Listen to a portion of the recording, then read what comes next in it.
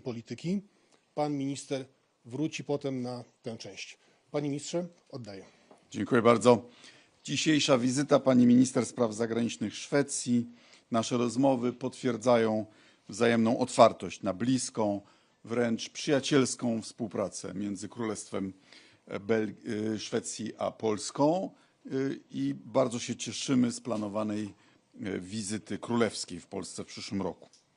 Kontakty między Polską a Szwecją cechuje wysoka intensywność. Dosłownie dzisiaj w Sztokholmie trwa ważne wydarzenie. Pierwszy polsko-szwedzki szczyt biznesowy z udziałem naszego ministra gospodarki i finansów Andrzeja Domańskiego. Jesteśmy sojusznikami strategicznymi. Niemal rok temu premierzy Donald Tusk i Ulf Kristersson podpisali w szwedzkim Harpsund odnowiony dokument o strategicznym partnerstwie. Pierwszy miałem przyjemność podpisać jeszcze z ministrem Carlem Bildtem w 2011 roku. Jesteśmy dla siebie bardzo ważnymi partnerami gospodarczymi. Nasze obroty rosną. W zeszłym roku 14,5 miliarda euro 700 szwedzkich firm zainwestowało w Polsce. Szczególne miejsce i szczególnie dobrze rozwija się współpraca przemysłów obronnych. Cieszy nas, że Szwecja dołączyła do państw Sojuszu Północnoatlantyckiego. Jest to dodatek do siły sojuszu, podnosi nasze zdolności obronne. Europa powinna jak najszybciej wypełnić zobowiązania podjęte podczas szczytu w Hadze. Polska i Szwecja dają przykład, konsekwentnie zwiększając wydatki na obronę. W przyszłym roku Polska planuje przeznaczyć 4,8% PKB na obronę, Szwecja 2,8%. Przywiązujemy dużą wagę do wdrażania unijnych inicjatyw, takich jak Rearm Europe 2030. Rozmawialiśmy też oczywiście na temat bezprecedensowych wyzwań na naszym wspólnym morzu. Flota złomu, bo tak ją trzeba nazywać, to odzwierciedlenie rzeczywistości, jakim jest to wyzwanie dla bezpieczeństwa i dla środowiska Morza Bałtyckiego. Chcemy wykorzystać rotacyjną, w tej chwili mającą miejsce prezydencję Polski w Radzie Państw Morza Bałtyckiego do wzmocnienia bezpieczeństwa regionalnego. Szwecja gości sekretariat Rady Państw Morza Bałtyckiego. Szczególne miejsce w naszych rozmowach naturalnie zajęła Ukraina oraz konieczność zapewnienia jej długoterminowego, stabilnego wsparcia wojskowego i finansowego. Koszt wojny powinien ponieść agresor, a nie europejski podatnik. Potrzebujemy także utrzymać i zwiększyć presję sankcyjną. Białoruś obok Rosji pozostaje głównym czynnikiem destabilizującym bezpieczeństwo regionalne w Europie. Priorytetem pozostaje dla nas utrzymanie poziomu bezpieczeństwa na naszej polsko-białoruskiej granicy. Jesteśmy obydwa kraje orędownikami rozszerzenia Unii i zależy nam na odblokowaniu negocjacji z Ukrainą i Mołdawią. Omówiliśmy także kwestie, które są wysoko na agendzie unijnej. Politykę migracyjną oraz klimatyczną, także jeśli chodzi o wdrażanie Paktu o Migracji i Azylu oraz systemu ETS-2. Dziękuję pani minister za bardzo dobre spotkanie. Liczę na kontynuację świetnej polsko-szwedzkiej współpracy, tak bilateralnie, jak i w Unii Europejskiej i w NATO. Dziękuję. Jeszcze raz bardzo mi było miło gościć panią minister w Warszawie. Dziękuję panie ministrze. Madam Minister, the floor is yours. Thank you so much. Thank you, dear Radek, for the warm welcome. I am very glad to be here in Warsaw again. And our discussions today really showed that Poland and Sweden are closer than ever as NATO allies, and I'm very grateful for the support, the strong support that Poland showed during our accession process. And it also showed that we need each other more than ever. There is no other country with which Sweden has deepened its security cooperation more than with Poland in the last few years. And as I told Radek in our discussions, we need Poland in the Baltic Sea. Poland's and Sweden's strategic partnership is a pillar of security in the Baltic Sea region. As neighbors, we can play a vital role If we combine our political, security and defense capabilities, we need to act as one in the Baltic Sea, combining our political, security and defense capability to defend European security. Sweden wants to enter into a far-reaching partnership of defense, security and industry with Poland. In our discussions, I brought up the Swedish submarine offer. This would be a game changer for the security in the Baltic Sea. We believe that the Swedish offer would firmly establish Poland as a major power in the region with a globally competitive defense industry. The Swedish offer also involves the UK as a big contributor, including state-of-the-art technology. We are very pleased that the British Prime Minister has expressed his support for the Swedish bid, and together Poland and Sweden, with the backing of the UK, would be a decisive force in the Baltic Sea. Today we also talked about the Polish chairmanship of the Council of the Baltic Sea States, as mentioned by you, Radek.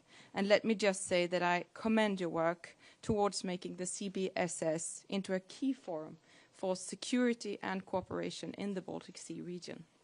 It was obvious in our discussions that we look at the Russian threat in the same way. We don't just share geography, we also know our history. We are in full agreement that an imperialistic Russia is the defining long-term threat to the security of our countries, to the Baltic Sea region, and indeed to Europe.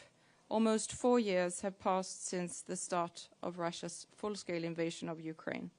Poland and Sweden are strong, committed partners to Ukraine, and we share a firm belief that we need to scale up support to Ukraine as it defends itself against Russia's brutal war of aggression. Ukraine is not only defending itself, but also European security. And our two countries, we just don't say that. We also deliver on those words. Long-term and substantial support to Ukraine, including concrete progress on its path towards EU membership, is the most important signal to show Russia that time is not on their side. Speaking of Ukraine, I would like to express my deep appreciation and admiration for Poland's leadership in supporting Ukraine. And let me also in this context say how much we appreciate Poland as an active and constructive partner in the EU. Today in Stockholm, as mentioned, a business summit is taking place with Polish and Swedish government representatives and companies. They are discussing how we can strengthen and develop the competitiveness of both our economies, how we can deepen business cooperation on defense, innovation, energy, infrastructure and digitalization, and how we can strengthen our support for Ukraine. This is what Polish-Swedish partnership looks like in practice. Thank you once again for your warm welcome. Thank you so much. Mamy parę minut na kilka pytań, także zapraszam. To w takim razie zaczniemy tam od końca. Pierwsza osoba się zgłaszała. Dziękuję. Hello, Jan Oleński, Polskie Radio. Madam Minister, you've mentioned the submarines and that part of Polish-Swedish cooperation for the program Orca. So my first question is to Mr. Sikorski. Poland hasn't chosen a country from which we're going to buy the submarines yet. Maybe you have some knowledge whether we are closer to making our decision and who might that be. And to you, Madam Minister, how would this deal influence our cooperation between Poland and Sweden? Thank you. It's an important decision, which we hope will be taken soon. As you know, there was recently a resolution of the cabinet. We have received competitive offers from both European allies and from as far as Korea. I have not yet examined the strengths of the various offers. Unusually, this decision will be taken by the cabinet, not by the defense ministry. So I'll make up my judgment when I've seen all the offers. But Sweden can be sure that it will be treated in a fair manner and that the Polish defense industry also has a competitive offer for Sweden.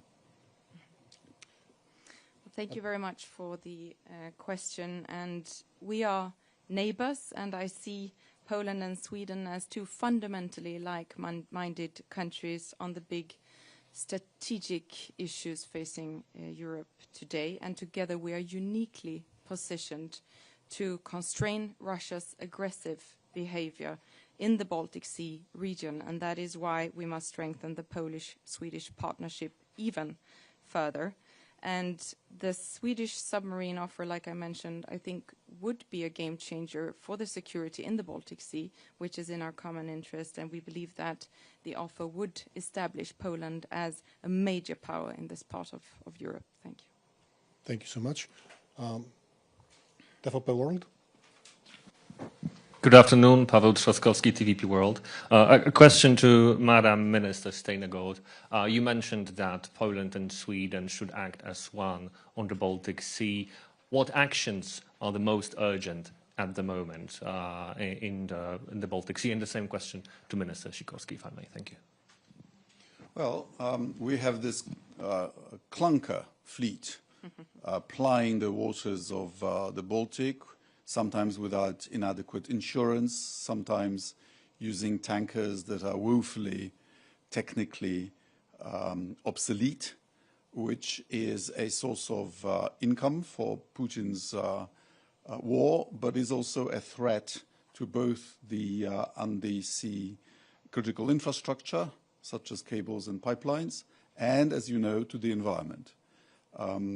This is an urgent matter to resolve, and the Council of Baltic Sea States is working on new procedures. Such an environmental disaster in a shallow, closed sea as the Baltic would be very expensive to deal with, never mind the impact on aquatic life. So we need urgent solutions, and Poland and Sweden see eye to eye on this. Yes, let me just affirm what the minister said. We are extremely worried about the threat from the shadow fleet, or the clunker fleet, as referred to, both environmentally but also security-wise, and because it is also so important for the Russian revenues and for the Russian war. And I think we can be even faster when it comes to intelligence sharing. This is something that we constantly discuss, cooperating seamlessly in the Baltic Sea region, also being able to respond quickly and with strength to Russian activity, whatever it might be, and to also be quite innovative in that. Thank you so much. Reuters, widziałem, że się zgłaszał. Barbara Erling, Reuters. A bit following up on the previous question, Madam Minister, could the military cooperation our two countries have evolve into a permanent stationary of Swedish troops in Poland, for example? For the first time since the 17th century. Well, I think that we have potential to deepen our cooperation even further. And of course, at every given moment, we have to evaluate how we do that best. And I see great potential in many areas. I think we are right now not discussing the deployment of Swedish troops in Poland, but we are contributing to the NATO air policing and also with the Gripen fighter jets also securing Polish airspace. Już chyba ostatnie pytanie, jeszcze raz Polskie Radio. Przedostatnie pytanie. Inny się zgłasza? Przepraszam, to... Jasne. Tak, żebyśmy nie powtarzali. Dzień dobry, dziękuję. Łukasz Cewolewski, Polsat News. Dzień dobry, panie premierze.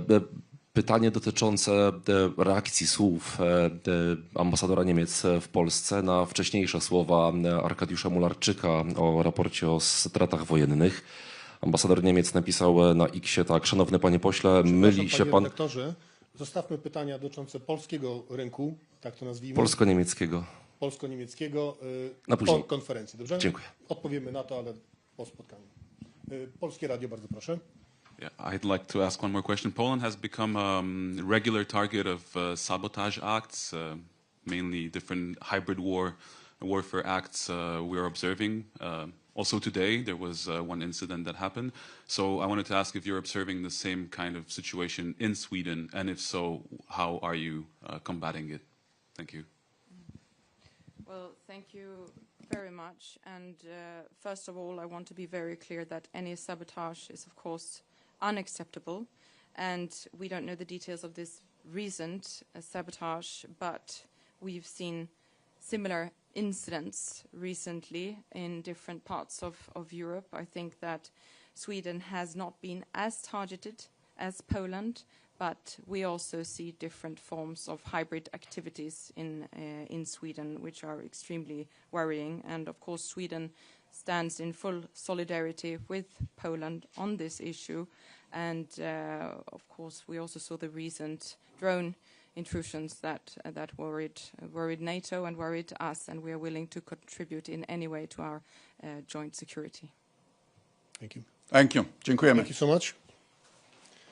Także ja z Państwem zostanę. The ministers, thank you so much.